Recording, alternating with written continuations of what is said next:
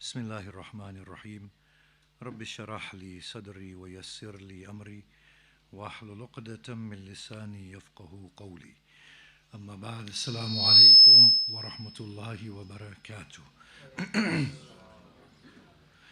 One of the things that strikes you most when you read the Quran is the sequence of the verses. And we know that the Blessed Prophet did not memorize those sequences, and the verses were coming upon the Prophet as they were, impromptuously at times. At times he was seeking for verses to be revealed upon him, and they were being withheld. I'll give an example as we go into this. He had a dream that he was entering the Masjidul Haram and shaving his head off and performing the rituals of Hajj. So he got his community of reverts or converts or faithful in Medina to come with him, and we know he was intercepted and he could not get to Mecca. Now here was a problem, that the Prophet had a premonition and he acted in accordance with it, and he went there and he was not allowed to do Hajj. Now, of course, the faithful were all very skeptical of him, that what happened? This is a prophet. He had a dream. The dream is supposed to be from God, and we are not going inside there. Now, when we explore the Quran, we will see that dreams are not possibly coming from God. Yes? Now, 2 years later, Surah Fath is talking about that dream. When the Prophet indeed enters into Mecca, the Quran says, Allah made your dream happen, that you shall enter into the Masjidul Haram and you will shave your heads off or you will clip your hair. So the Prophet there did not know what was going to happen, and it happened in a delayed fashion, but he acted in accordance with his dream. There's a lot there. There is a lot there. So we know from this that the Blessed Prophet was not aware of what was going to be revealed upon him. I'm giving this little prelude to create a context for us. ما كنت تدري ما الكتاب ولا الإيمان. You did not know, Muhammad, what the book is. Now the book is not necessarily the Quran. The Quran makes a distinction between the book and the Quran. Book and Torah, book and Injil. It makes a distinction. And there are lots of distinctions. Kitabul Mubin, Ummul Kitab, Kitab, Quran, Furqan. There are different distinctions, just as there are distinctions within the nouns that depict human beings. We say insan, but there is also bashar, and they are used differently. Bashar means with an exposed skin. When Nabi Nuh was preaching, the Quran says the only thing that prevented them from disbelieving in Nabi Nuh is that they are saying, has God sent a bashar with a message? Which seems that they... Oh, brilliant. Just press it, right? Yeah. Okay, great. Great.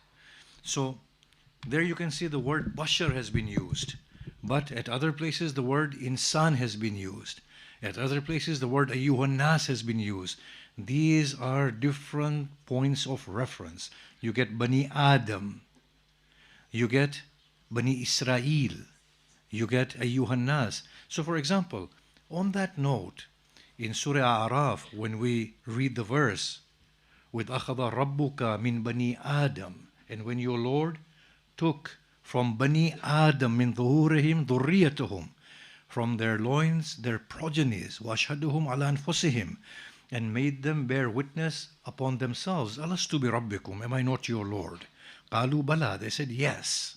Now the Quran follows it by saying, least on the day of Qiyamah, you turn around and say to me, you are not aware of this. Now when we look at the exegesis in exegetical literature, it will say that Adam saw his progeny and they were made to bear witness. But the Quran does not talk about Adam, it's talking about Bani Adam.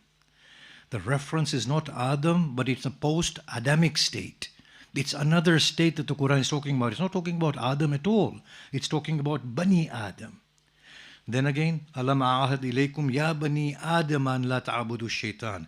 Did we not take a pledge from you, O Bani Adam, that you shall not devote yourselves to shaitan? It's Bani Adam. It has nothing to do with the Adamic state or the state in which Adam was in Eden. It's a later state. So when we read the Quran attentively, we find a very different world of meanings coming through. Now we are going to today scratch the surface of certain things that I want to discuss, talking about the sequences. Now the Prophet Muhammad could never have memorized these sequences. This is not something that the Prophet, Blessed Prophet Muhammad, has given. In kuntum fi raybin mimma nazzalna ala abdina fa'atu bi suratin min mithlihi. If you are in any doubt in relation to what we have revealed, we, not I, again. There's a big difference between we and I in the Quran. What we have revealed upon our servant or creature or slave, then bring a surah like it and call everyone apart from Allah. Why would Allah say call everyone apart from Allah? Can you see that? There is a lot of nuance here. There's a different world of meanings. It is not God talking. If you are in any doubt as to what we have revealed upon our servant Muhammad, then bring a surah from his like. Tabatabai makes an observation here that his like, he is uneducated. He hasn't read the Torah or the Injil. So by priority, he does not know these things. So get one like him and bring about a surah from him and call upon all your aids apart from Allah. He will just say, right? If it was Allah talking directly, he would say, ask all your aids apart from me. For example, so when we look at these subtleties, we see another world of meanings coming through. Now, can you all look there? There. Or on your smart devices. Now, the one thing we want to go through in the beginning part, and if we have time at the end, we will just analyze the verses of Mi'raj as well. Now, look, consider these verses. These are about Isa. The first verse is from Surah Ali Imran. The second one is from Maida. Now, Ali Imran and Maida have 6 odd years or 4 odd years difference between the two in terms of revelation. However, the verse in question in Surah Al Imran was possibly revealed in the 9th year of Hijrah, when the Najrani delegation came to meet with the Prophet. So the first verse was revealed possibly 3 years after the second verse, even though the first surah was revealed prior to the second surah. Yes? So bear that in mind, that there is a 3 to 4 year difference between the two verses. What we are interested in is the precision of the sequences in these verses. Now I'll need somebody to translate for me. I'll ask somebody to do that. Yes, make that. Go for it. The first one first and then the second one. And I want us to pay attention to the sequence of these verses. Surah Al-Imran, verse 49. And make him an apostle to the children of Israel, that I have come to you with a sign from your Lord, that I determine for you out of dust like the form of a bird, then I breathe into it, and it becomes a bird with Allah's permission. And I heal the blind and the lepers, and bring the dead to life with Allah's permission. And I inform you of what you should eat, and what you should store in your houses. Most surely there is a sign in this for you, if you are believers. So this is in Al-Imran. Then the other verse is 3 to 4 years apart. Now look at that verse. This is Allah speaking to, or the Quran speaking to, Isa salamullah alayhi. Surah Ma'idah, verse 110. When Allah will say, O Isa, son of Maryam, remember my favor on you and on your mother. When I strengthened you with the Holy Spirit, you spoke to the people in the cradle, and I, when of old age, and when I taught you the book and the wisdom and the Torah and the Injil, and when you determined out of clay a thing like the form of a bird by my permission, then you breathed into it, and it became a bird by my permission, and you healed the blind and the lepers by my permission, and when you brought forth the dead by my permission. So if you look at the sequence of creating the bird, curing diseases and leprosy, and resurrecting the dead, the first verse and the second verse, the sequence is exactly the same. Now that is not something that the Blessed Prophet could have retained in his own mind. The accent has changed. In the first one, Isa is saying, I will create a bird or fashion a bird for you and blow into it. In the second one, remember Isa, when you fashioned the bird and blew into it. In the first one, Isa is saying, and I cure the lepers and the blind. In the second one, and Isa, you cured the lepers and the blind through my consent. In the first one, and I shall resurrect the dead for you through the consent of God. In the second one, and you resurrected the dead with the consent of God. Now, such meticulous precision, we know it says something about this book. It's the first thing that opens your mind. Now, similarly, we are going through other verses, but you will very clearly notice that the prophets, when they introduce God, they will say Fatir as-samawati wal ard, by and large, Fatir. The word Fatara is used, not any other word. Then there's a reason for Fatara, because they were together and they were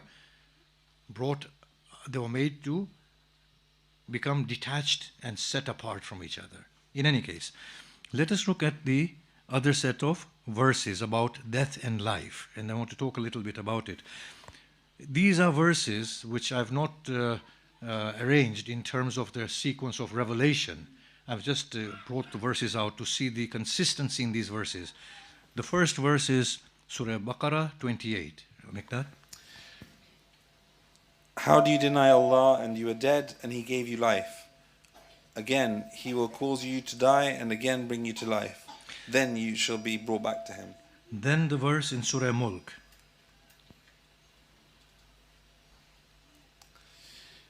Who created death and life that He may try you? Which of you is best in deeds? And He is the mighty, the forgiving. And then 11th verse of Surah Ghafir. They shall say, Our Lord, twice did you make us subject to death, and twice you have given us life. So we do confess our faults. Is there then a way to get out? Now, in these three verses, the sequence is precise. Death comes before life. He created death and life. Kuntum amwatan fa ahyakum. You were dead and He brought you to life. Amattana thnatain wa ahyaytana thnatain. You killed us twice and you brought us to life twice. Now, what does that say? That sequence in itself is telling us that death, we encountered death prior to encountering life. And a very close reading of the Quran will suggest that we were in a life before coming here. Contrary to what the philosophers advocate, I mean, Ibn Sina, Sohrawardi, they all say the commencement of life is from here. Mullah Sadra does not deny the possibility of a pre-worldly life for the souls, but he says it's not the same thing. This is the place where life of the soul begins and its individuation. I'm giving a paper on this in March, the pre-worldly human existence. But according to the Quran, death comes before life. And if you look at the Quran very carefully, human beings, or all of us, have existed in a pre-worldly life prior to encountering this life. And our passage into this life has been through the mediation of death. Now you can see, خَلَقَ الْمَوْتَ وَالْحَيَاةِ كُنْتُمْ أَمْوَاتًا فَأَحْيَاكُمْ. And Quran expects us to remember that we were amwat. So when you say kuntum amwatan, you were, and you were dead, shows that we are beyond the states of death and life. So we are a salient reality who encounter death and who encounter life. Now, how we determine the meaning of death and life is obviously another story that Quran also tells us. But look at the sequences of the verses. Again, this proves that this book is actually from a very, very lofty source. Now, this is very intriguing. The verses on hearing, seeing, and thinking. You will find this sequence retained in terms of human existence. We gave you hearing, seeing, and thinking, and I'll explain this as we go through it. The first verse is from Surah Insan, 1 and 2.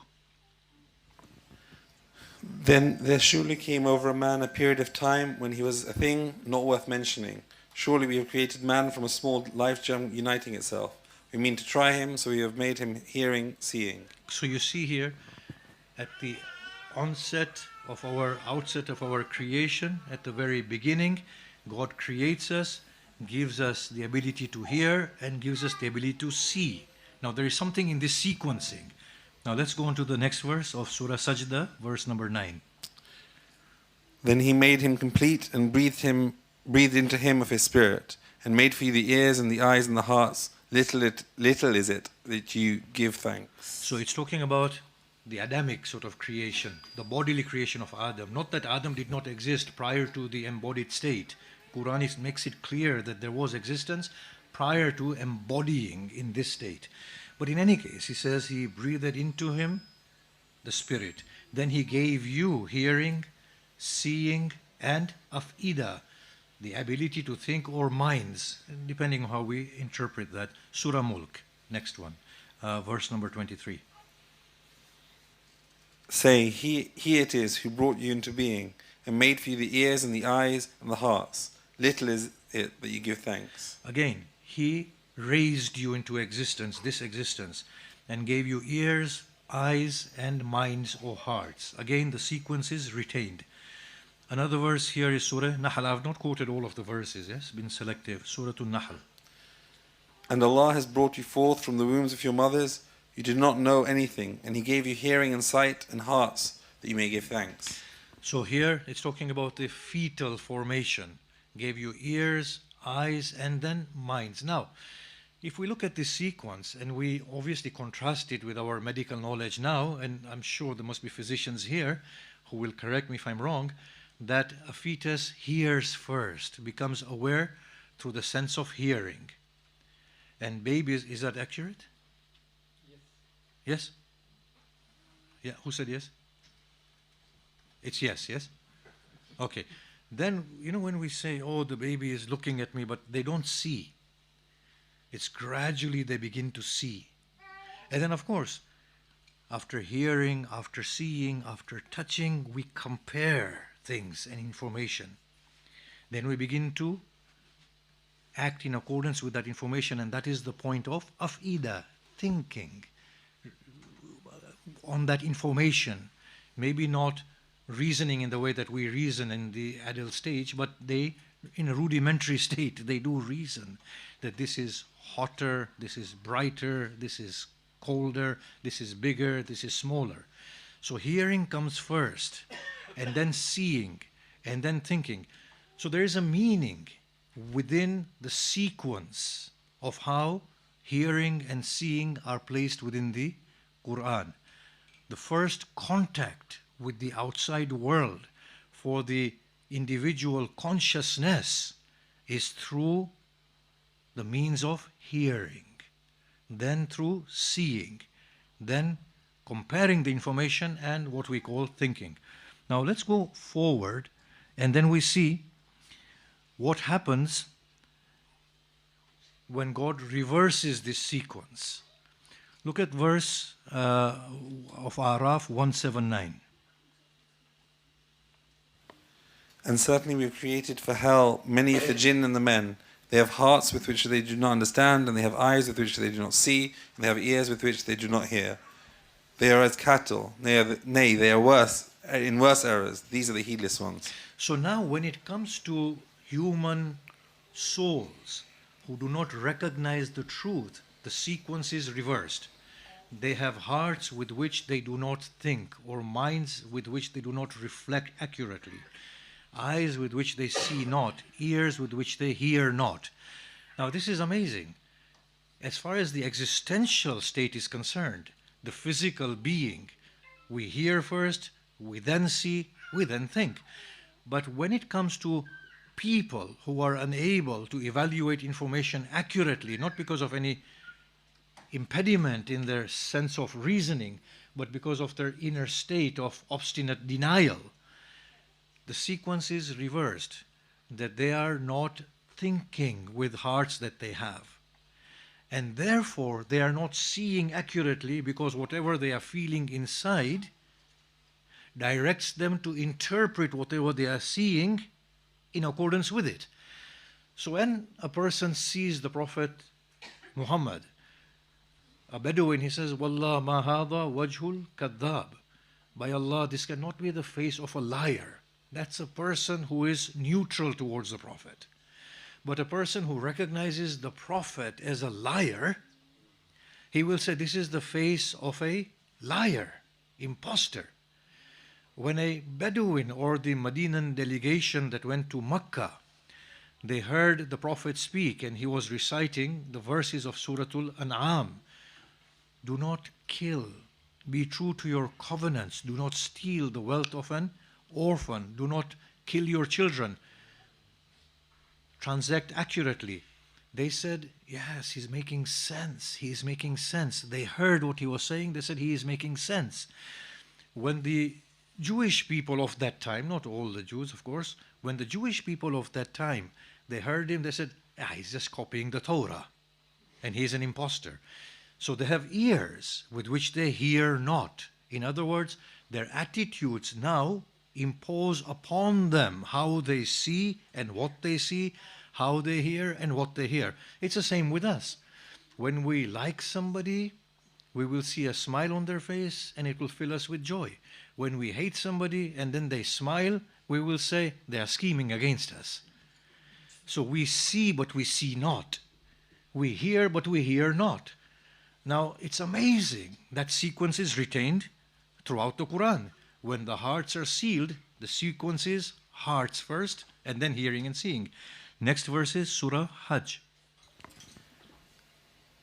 Have they not travelled in the land so that they should have hearts with which to understand, or ears with which to hear? For surely it is not the eyes that are blind, but blind are the hearts which are in the breasts. So again, you're seeing the hearts go first, and then it impacts every other organ of perception. Similarly, Surah Baqarah, verse 7. Allah has set a seal upon their hearts and upon their hearing, and there is a covering over their eyes, and there is a great punishment for them. Again, we are seeing hearts go first, and then it falters with whatever they see and whatever they hear. So in the first instance, whenever the description of the creation of Adam or insan as a whole or every individual child is concerned, seeing, hearing is first, then seeing, then thinking. When the ability of proper discretion goes, or understanding or denial comes into the heart, the sequence is reversed, and the reversed sequence is retained. That their hearts go first, then their hearing, and then their seeing, or seeing and hearing. Now look at the most amazing thing, the attributes of God. Many attributes of God are conjoined at the end of verses. Now every one of them tells a story, a profound story. But when seeing and hearing come together, a sequence is retained. Hearing and seeing, not seeing and hearing. You know, if I were to talk about God, I would say He is seeing and hearing. That's how I would phrase God. Seeing and hearing is just a natural thing to do. But whenever the Quran phrases the attributes of God, of seeing and hearing, it's always hearing and seeing. Let's look at a few examples.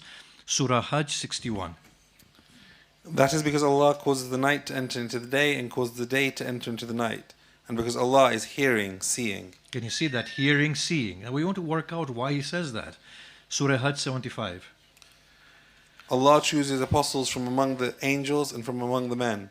Surely Allah is hearing, seeing. Surah Shura, verse 11.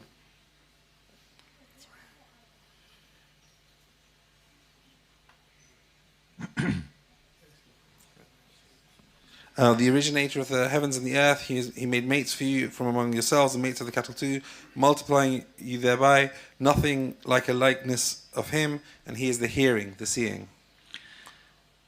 So in 3 verses that are in different places, 2 in Hajj, but one is 61, the other one is 75. And the Prophet, when the revelation would come to him, would speak it out. Now, I need to clarify this. If you look at Surah Qiyamah, لا أقسم بيوم القيامة ولا أقسم بنفس اللوامة. If we have time, we'll deal with it. We will see a theme in Surah Qiyamah, and abruptly there is a stop in the natural theme of the surah. And immediately the Quran says, لا تحرك به لسانك لتعجل به. O Muhammad, do not hasten to deliver it. We, إن علينا جمعه وقرآنه وإذا قرأناه فاستمع. In any case, I've forgotten. So you can imagine, I've read Surah Qiyamah every night, and I've forgotten at this point in time. So there was an abrupt stop. O Muhammad, do not hasten to deliver it. We will gather it, we will differentiate it, we will collect it, and we will recite it. That particular few verses finish, and then the theme continues. So you can see immediately that Surah Qiyamah was coming upon the Prophet. Maududi speculates that it was in the Meccan period. The Quran saw that the Prophet was struggling, lest he forgets, because he wasn't acquainted with how to retain the revelation in his humanness. So he wanted to quickly give it out so that everything can be recorded and nothing is forgotten. So immediately the Quran, the revelation of Surah Qiyamah, pauses. And then there's a direct address to Muhammad Rasulullah, looking at his own psychological state. Do not put yourself under so much stress. Do not hasten to deliver it. Be calm about it. If something is forgotten, we will repeat it. Yes? You can see that that change in accent does not belong in Surah Qiyamah, but because it was revealed, and it is revealed in the same sort of rhythm and ending, it is a part of Qiyamah. It's very eloquent, by the way, and it is retained within Surah Qiyamah, but it has got nothing to do with Surah Qiyamah. So the Prophet Muhammad's personal state is being taken into consideration.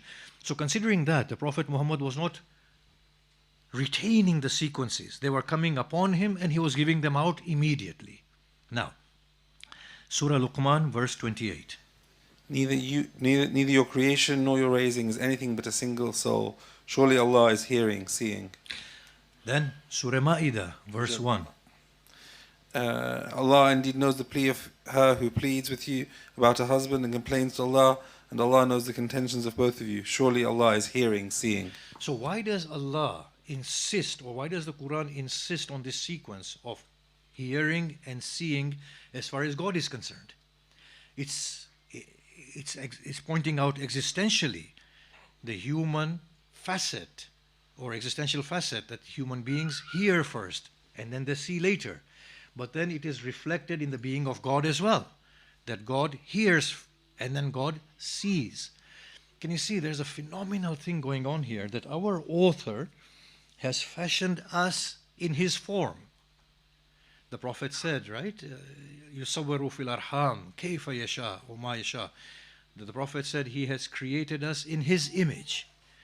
So the image of our Creator, I mean, of course, he doesn't have physical ears and eyes like we have, and I know otherwise I'll be killed here.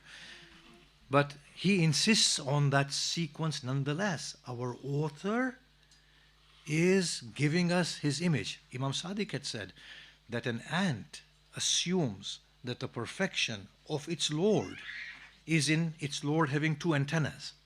And if its Lord were not to have those two antennas, its Lord would be deficient. So the ant's Lord resembles the ant. The human Lord resembles the human. We are direct images of our God. And I know what you guys are thinking or not thinking or don't want to think or want to think. And of course, you're as confused as I was at the age of 40. In any case, going further into it, if you look at the invalidity of wudu, how do we determine the invalidity of wudu? When we shut our eyes, we are still aware, aren't we? So the definition of sleep by fiqh standard is what? When we become unaware through the sense of hearing. Because when we become unaware through the sense of hearing, it shows that we are now totally cut off from the world outside us. And therefore you can see that even the fiqh rulings are actually based on facet of our existence. They are existential. Many of those that we have got right, not those that we've got wrong, obviously. They've gone somewhere off. Now, let's look at the meanings embedded within the meeting, the whole story of Moses meeting the servant of God whom God had taught from himself. Now, if we can bring that, and we need to go through it bit by bit. So, can you tell me what the story was there of Khidr and Moses? So, Moses meets Khidr, right? Is that what we understand in Surah Kahf? So, Moses says to Khidr, teach me from what you have been taught. Khidr says to this, one of the great five prophets, إِنَّكَ لَن تَسْتَطِيعَ مَعِيَ صَبْرًا. You will have no patience, Moses. Moses is Kalimullah. He speaks with God, but Khidr says to Moses, you have no patience and you just can't learn from me.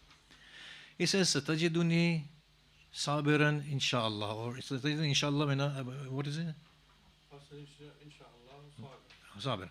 So he is using the word inshallah and it doesn't work for him. Just think about this carefully. When we invoke God and we say inshallah, there is a degree of confidence it is going to happen, right? Moses says, inshallah, I will be patient, right? Now he's using the word inshallah, he's ulul azam, he's invoking God in all of this. He wants to learn and he says, I'll be sabir, and he's ulul azam. I mean, he's drowned the Pharaoh and whatever else he's done. He's got the book and he's spoken with God. وَكَلَّمَ اللَّهُ Musa taklima. And I mean, that's another sequence in the Quran that Moses is always being singled out as Kalim. Isa has always been singled out as a proximate angel.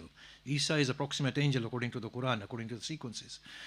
But here is Moses saying, inshallah, you will find me patient. And he said, okay, then follow me and don't ask me anything. And he has given a binding commitment that I will not ask anything. Fine. Now, Moses goes with Khidr. What happens? The first thing Khidr does is he wrecks the ship or punctures it or whatever. And Moses can't hold himself. He says, did you do this in order to do that? So he says, I told you you'll not have any patience with me. So first and foremost, Moses breaks his promise. 2, I don't know where the inshallah has gone. 3, Moses says, well, don't put me to shame because of what I forgot. So this is now Moses forgetting.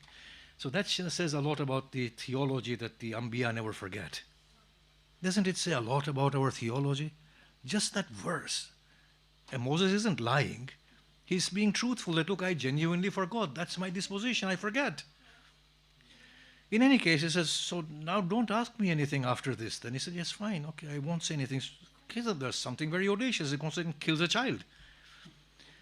He said, how can you go and kill an innocent child? Khidr says, did I not tell you you have no patience?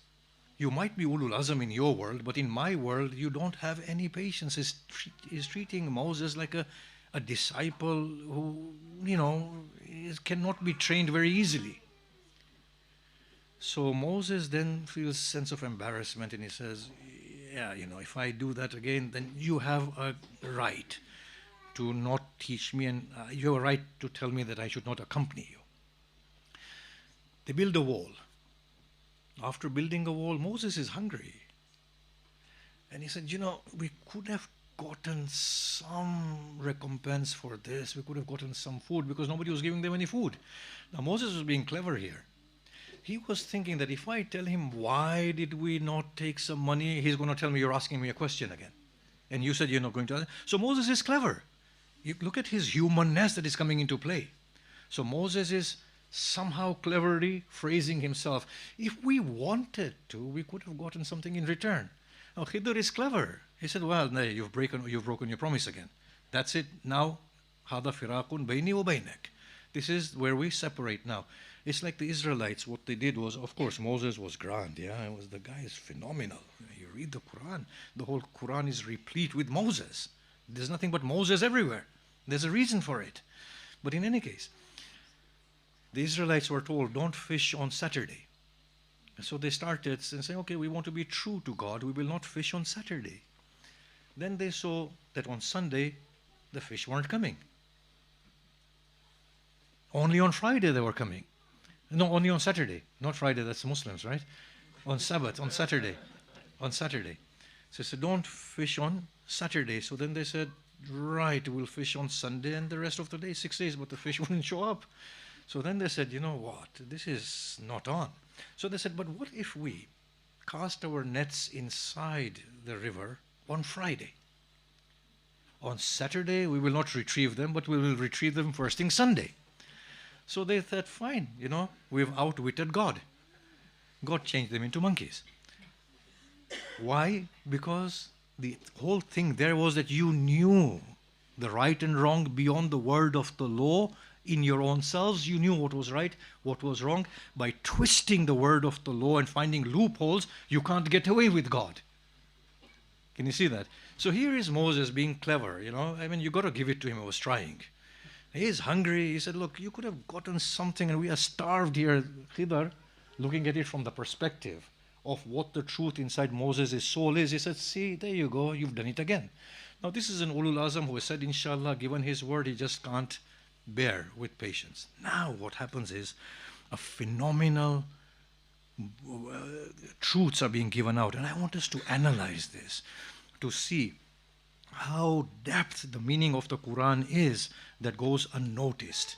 Now, Miqdad, if you can just read the verses after that, سَأُنَبِّئُكَ بِتَأْوِيلِ مَا لَمْ تَسْتَطِعْ عَلَيْهِ صَبْرًا. Yeah, something like that. Yeah. Says Maulana is also a human being after all, you know.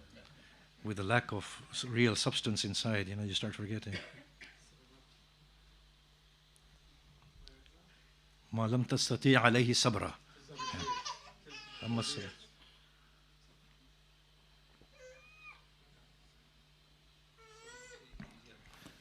Slowly, yes, very slowly. So okay. So now I will inform you of the significance of that which you could not have patience. So first thing is the boat. Yeah? The first thing is the ship. As for the boat, it belonged to some poor men who worked on the river, and I wished that I should damage it. And there was behind them a king who seized every boat by force. So now, think about this carefully.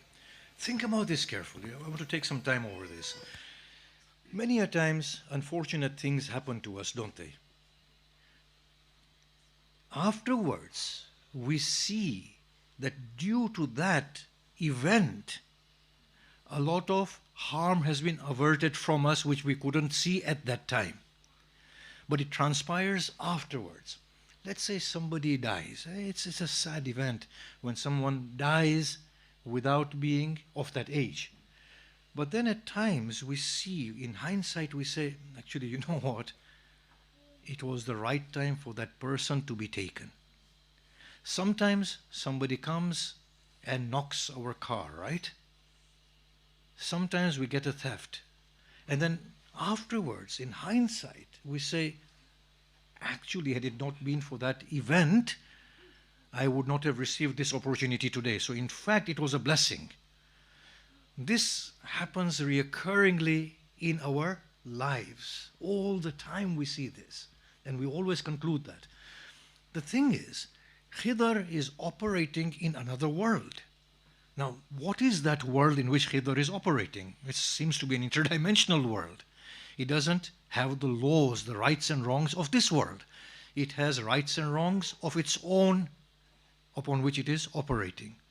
So now Khidr says, look, had I not done this, it would have been usurped. The masakin will wake up in the morning, they will curse their luck. They will say, what wrong did we do? They will despairingly call out to God, why is this happening to me? They will go to a Maulana, they will say, Maulana, give us ta'weed, and we'll make money out of it. But they don't know Khidr was around. And he's done these things. And it's good for them. For example, we need to look into things very carefully. The other thing is this.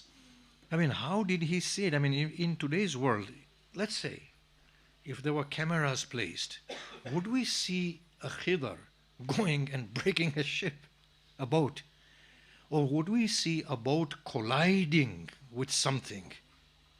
And then it's punctured. But in the realm of Moses, where he had entered Khidr's world, it was seen as Khidr breaking a boat. But by our eyes, we would see maybe a projectile going and striking there would be natural sequence of cause and effect. By forensic examination, we always seem to find the causes for the effects, don't we? We never see a hidden hand coming and creating a hole inside a boat.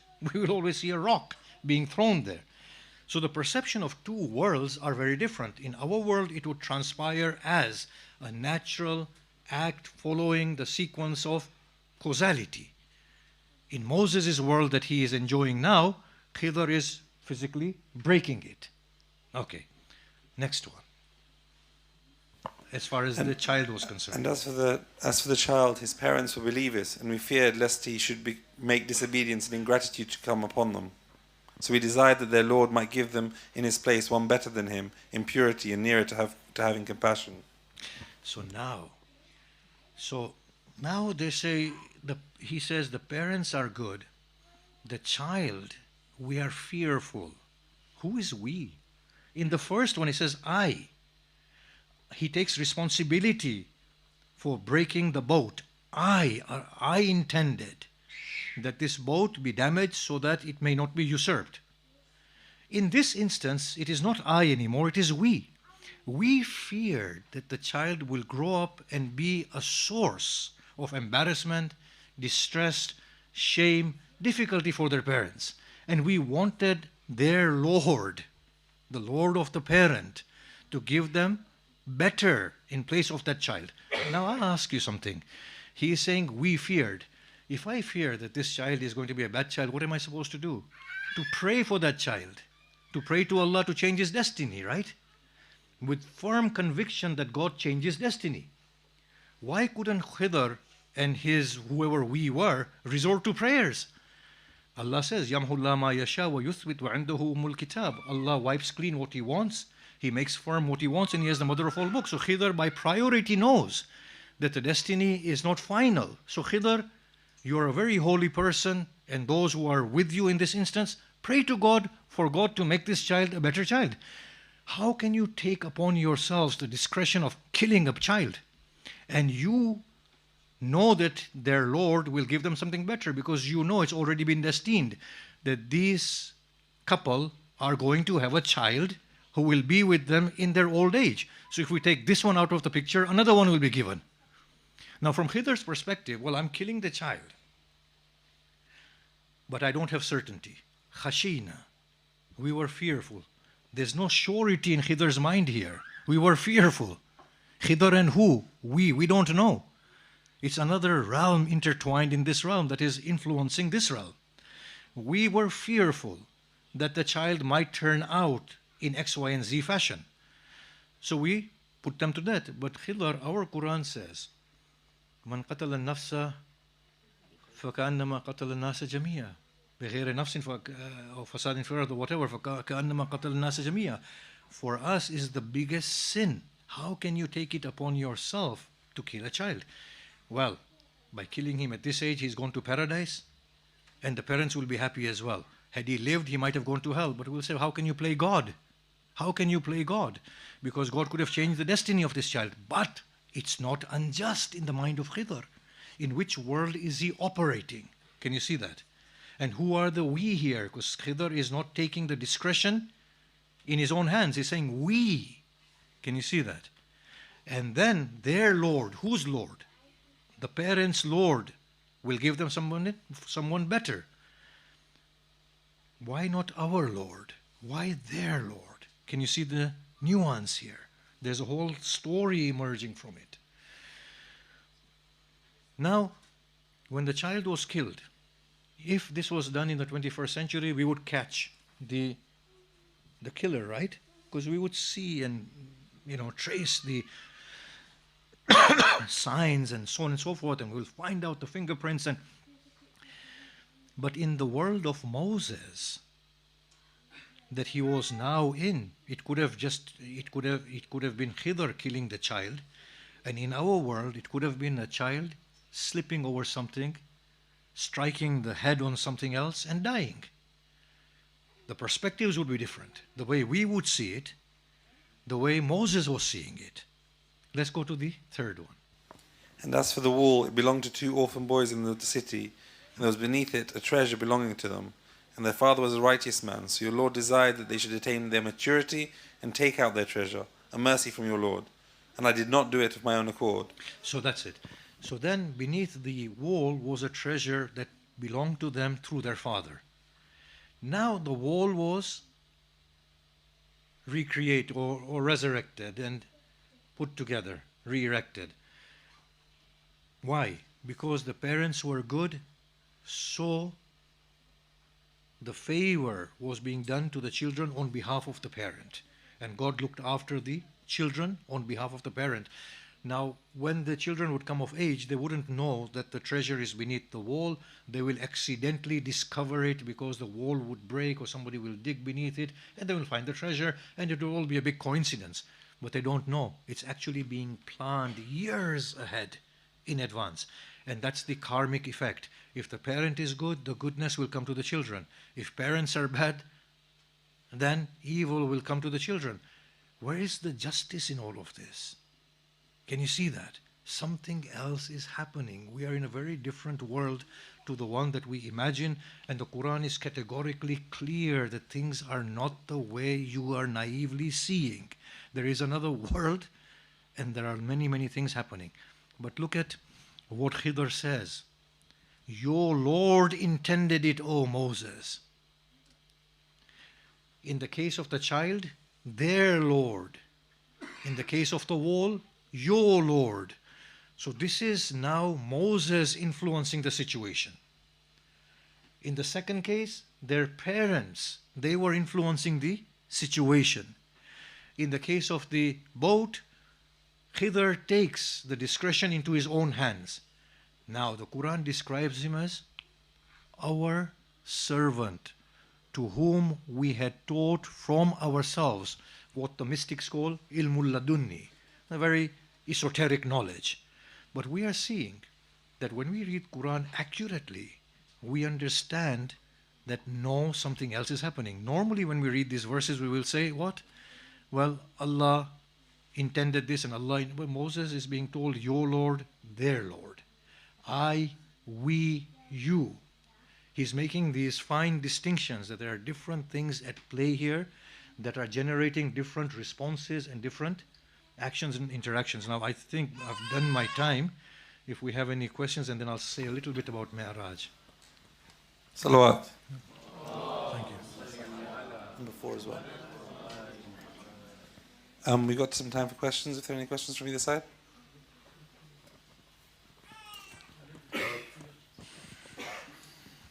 Assalamu alaikum, Shaykh Arif. Alaikum salam. When you began the lecture, you said that when you were talking about the surah of Isa, you said that in one the speaker was God, and the other one the speaker was someone else. But you didn't elaborate. Yes, Can you so please elaborate? So I hope I don't have to. But when you read the Quran carefully, you will see, I'll just give a brief thing, so just to tease your mind. When you read the Quran, you will see that it's an attribution to God. Just as the Kaaba is an attribution to God, وَإِذَا نَفَخْتُ فِيهِ مِنْ رُوحِي فَقَوْا لَهُ سَاجِدِينَ. And when I breathe into him of my spirit, Imam Sadiq says what? God does not have a spirit as such. He attributes it to himself because it's a very noble existence. مَا مَنَعَكَ أَن تَسْجُدَ لِمَا خَلَقْتُ بِيَدَيِّ. What prevented you from prostrating to that which I created with my 2 hands? God does not have 2 hands as such. It's an attribution to God. If you look at the Quran, you will see this. So the verse comes in the Quran, وَلَمَّا آسَفُونَا إِنْتَقَمْنَا مِنْهُمْ. When Pharaoh and his party made us hopeless, or when we despaired, we sought to seek revenge from them. Imam Sadiq was asked, God can't speak like this. Imam Sadiq said, it's not God speaking. These are lofty agencies talking. Now, look at Surah Isra, or Surah Maryam. يَوْمَ نَحْشَرُ الْمُجْرِمِينَ إِلَى الرَّحْمَنِ وَفْدًا.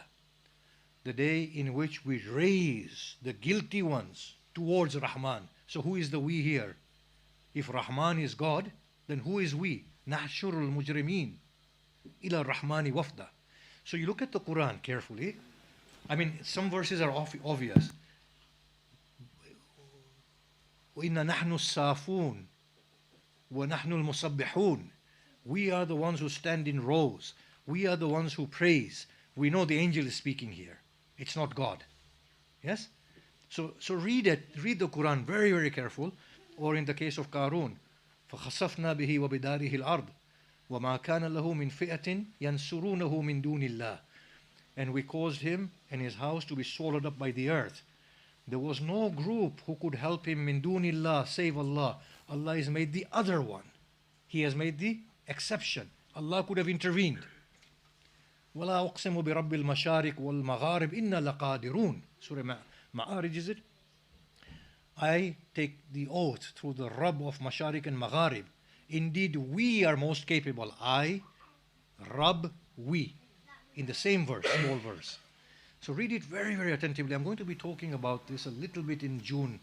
And we'll talk about much more in the Muharram lectures in Birmingham, at Al-Mahdi Institute. But we'll approach it very softly, of course. Assalamu alaikum, Shaykh. In a few of the verses, the heart was equated with the mind.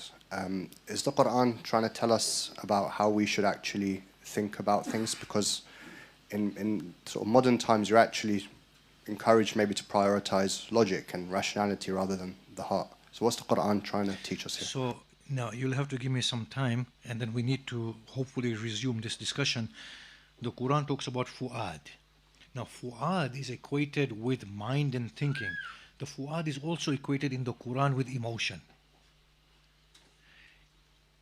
In the case of the mother of Moses, and we rabatna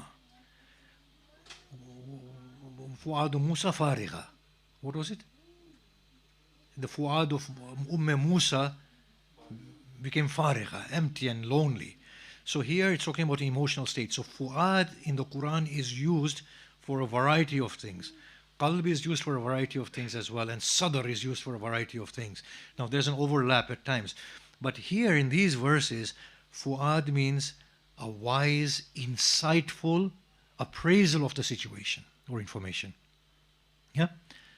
So they do not have the fu'ad with which they think. So for example, you are seeing all this meticulous working of existence.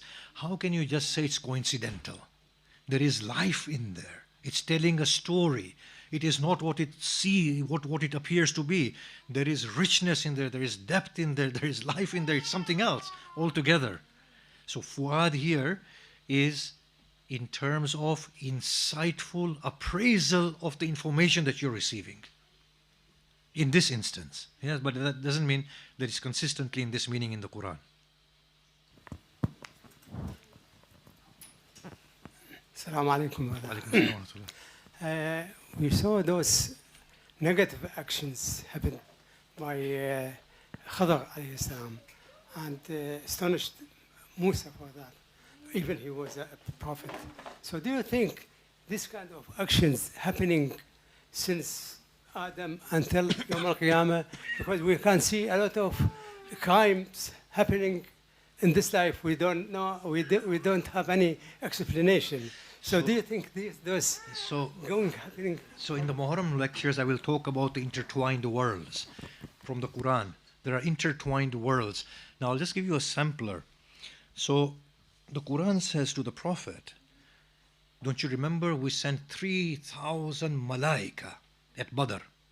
And then we assisted them with 2,000 more, so there are 5,000 malaika. How many Meccans are there? I mean, the Muslims are 315 or whatever, but how many Meccans are there? 1,000. Yeah? Do you need 5,000 angels to kill 1,000 Meccans? That means the angels are very weak. فَضْرِبْ الْأَعْنَاقِ وَضْرِبْ كُلَّ الْبَنَانِ, right? Go and strike their necks off. We didn't see any necks flying. How many Meccans were killed? 70 odd? Yeah? So 5,000 angels just came and killed 70, and those 71, some of them were killed by Imam Ali, and some by Ja'far, and some by Hamza. And so angels, how many did you strike down? None. Angels did not strike down anybody. Then where did we get this what use are these 5,000 angels? Think about this carefully. There's something else happening. Shaitan says in the Quran, I see what you see not. I see what you see not. I am fearful of God and I'm leaving. What did Shaitan see? You see, the angels were not striking the Meccans. The angels were striking an equal force on the other side, in their own world. And that's why the Quran says, if there are 20 sabir amongst you, how many will you overcome? In takun 20 sabirun taghlib what? What is it? No, it's much more. Alf, right? Or alfain? Alfain, right? Alfain. So 200, is it 20 to 2,000? That's the ratio.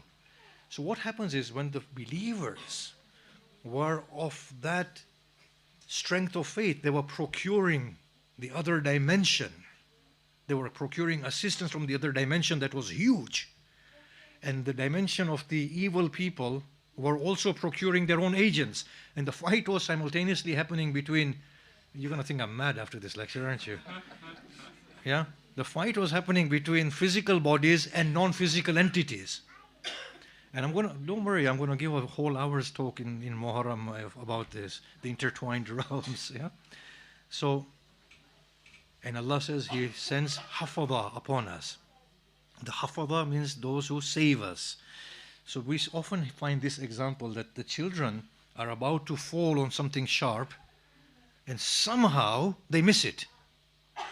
We find that often, don't we? I mean, evolutionary sort of scientists will say, well, it's the evolution of the brain that saves them. But the other interpretation is that no, there's another world intertwined with this one that acts upon the little child. Yeah? And it's worth exploring. So yes, these things have been happening all along. And Khidr wasn't doing evil actions, they were good deeds. But the measure of good and evil is different in this realm of existence and in that realm of existence. And when they get intertwined, what we see evil here is not seen evil there. Okay. Assalamu alaikum. Just to clarify, you said because the Jews broke the law, they were converted to monkeys. What is the source, please? Quran. Is it? Yeah. Kiradatan. Khasiin. That's one reference. The other one is, are they better or the people that we turned into apes and swine, pig? Yeah? And that again begs the question about, well, reincarnation and regression and the nature of the soul. And we do need to open our minds again. I mean, our philosophies, I find, are overly simplistic about the nature of the soul and reincarnation and transmigration and metempsychosis, these words. All of this can be brought into question. I'm going to advertise myself again. I'm giving a paper on this in March. Yeah? And last question, sorry. Shaykh Arif, thank you very much for your talk. But your title was Mysteries in the Quran. The biggest mystery and the most important mystery is what happened tonight, night of Miraj. Yes, yes. Not only it showed where we originated from or look forward to the Creator, and lots of phenomena involved in that. That's, I think, the biggest mystery in the Quran. It's not a mystery, but now things are getting more relevant with the space exploration, all that. Yes, yes. I hope you'll mention about Miraj tonight. So let's talk about it just a little bit. Thank you. And can I ask you a final question before I go? Yes, yes. You were smoking e-cigarette. Yes, yes. What flavor do you use? Fantastic. Lovely flavor. So if you are in the realm of Khidr, you're not allowed to divulge it. I accept. Okay? Thank you. When you're alone with Khidr, that conversation stays there. What you saw at e-cigarette, the people here saw as a glass of water me drinking. Yeah, there you go. See. So why did the Prophet Muhammad go on Mi'raj? You see, look, the Meccans disbelieved in resurrection and in the hereafter. If you see emphasis in the Quran on the hereafter, it's directly in the context of the Meccans who were denying the hereafter. And the Jewish people, some of their theologians denied hereafter in that way. So the Prophet has now gone, seen the hereafter in the present and seen it. However, the story of Mi'raj is not a novel story. Before our Prophet Muhammad ﷺ could do Mi'raj, according to us, Idris has done the same thing. Enoch, according to the old scriptures. Enoch goes to the heavens And in his visions, he sees the same things that the Prophet Muhammad is reporting.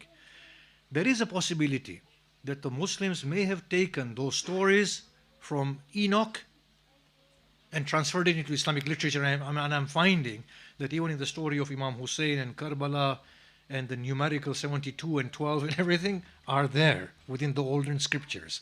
And we have imported them, a lot of them, right? So it requires a study. So now, سبحان الذي أسرى بعبده ليلا من المسجد الحرام إلى مسجد الأقصى. Now, the Prophet was taken from Haram to Aqsa. The Prophet said there was a buraq. Now, because of our inability to understand things to the level we understand today, we have this tendency to give it esoteric and mystical interpretation, a heavenly steed and whatnot. But tell me, if it was a heavenly steed and not of this world, then the Prophet sat on it and he went from Makkah to Aqsa, and en route he sees the caravan coming, and they bear witness that yes, they met him en route to Makkah when he was going to Aqsa. So he was physically there. I'm just saying today we can actually interpret Buraq as some technology, not necessarily some mystical thing or mysterious something, some form of technology. Just like I gave a talk and I said, well, Sulaiman riding a month's ride in an hour on his air or carpet or whatever. Well, we travel from here to France in an hour, don't we? I mean, if somebody wanted to go across the sea and whatever, it'll take them a month, right? Under normal circumstances. But we're doing it in an hour. Is it not possible? So the doctor came to me and said, look, now if somebody has cardiac arrest, we revive him by that treatment according to people of that era. This is wilaya takwiniya, but it's a feat of scientific achievement, right? So look, we need to reinterpret things, by the way. We need to reinterpret and see exactly what the structure of these worlds are when they intertwine. But what is interesting is when the Prophet Muhammad goes onward from Masjid Aqsa, there must be a portal or something, an interdimensional travel portal or something, I don't know. When he goes onward, this is a very intriguing part of the whole story. Now, when we go into the Quran, فَكَانَ كَعْبَ قَوْسَيْنِ أَوْ أَدْنَى, if you look at that verse, it's not necessarily talking about God. It's not necessarily talking about God, yes? It may be talking about Gabriel or some lofty entity and being. I do not believe, and you do not believe, that God is located in a place. And that union with God is available now, not necessarily going to a place and finding that union. And the description, Kana Ka'ba Qawsayn aw Adna, the two bows, why give that physical description? Why give a physical description? Was it a physical ascension? Was it a spiritual ascension? But in a spiritual ascension, we don't know what the word spiritual means anymore. Does spiritual mean in another dimensional body that we already have accompanying us right now? So there are all these unknowns. But فَأَوْحَى إِلَىٰ عَبْدِهِ مَا أَوْحَى, and he reveals, so we feel it's God. But if you look at the verse of the Quran, نَزَّلَ بِهِ رُوحُ الْأَمِينَ and Ruhul Quds. Ruhul Quds has revealed the Quran. Ruhul Amin has revealed the Quran. So here we are seeing that at time the Quran is attributed to God, that God has revealed it. At time, نَزَّلَ بِهِ رُوحُ الْقُدْسِ عَلَىٰ قَلْبِكَ. Ruhul Quds has revealed it on your heart. So Ruhul Quds is the agency of revelation. Can you see that? Not Ruhul Quds has brought it, but Ruhul Quds has revealed it. Yeah? And Ruhul Quds as well, merits a huge discussion as to what is Ruhul Quds and what is the nature of angelology and the hierarchies of angels, in which when we see Hazrat Jibrail might come at the very low end, and Hazrat Mikail and Hazrat Israfil and Israel might come at the very low end of the hierarchy of angel. Beyond them, what is there? The Karubin and the Hamalatul Arsh and whatever is there. And God doesn't sit on an Arsh, but there is an Arsh there. Dil Arsh, Fastawa al Arsh. So we are seeing that these verses are very, very ambiguous. But what is really striking about the story is that the Prophet found people in hell. And that is actually verified by the Quran in Surah Arif, that every time a community enters in there, it curses its sister community and says, who has prepared this for us? As if other communities have gone and traveled through the path of hell. And it's a continuous process of creation, going through hell, going through heaven, and whatever happens after that, I don't want to even speculate right now. But if he saw people in heaven and hell, that means generations have passed. And we find hadith literature corroborating this. And we find our archaeological findings also saying that, look, there have been many species around. And some of them could have been very much advanced, maybe even more than we are.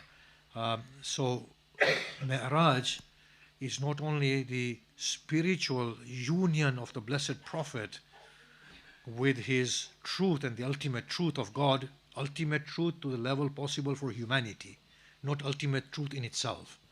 Because Qul huwa, say he is the unknown. Nobody can contemplate him. But huwa Allah, he is Allah for your consumption, yes. So he has achieved union with Allah, but possibly not huwa, the real reality that reflects the reality of Allah. So the first thing is he achieved that union. Secondly, he verified that there is a hereafter, which was a very big thing for his immediate audience and for the rest of us, that there is verification.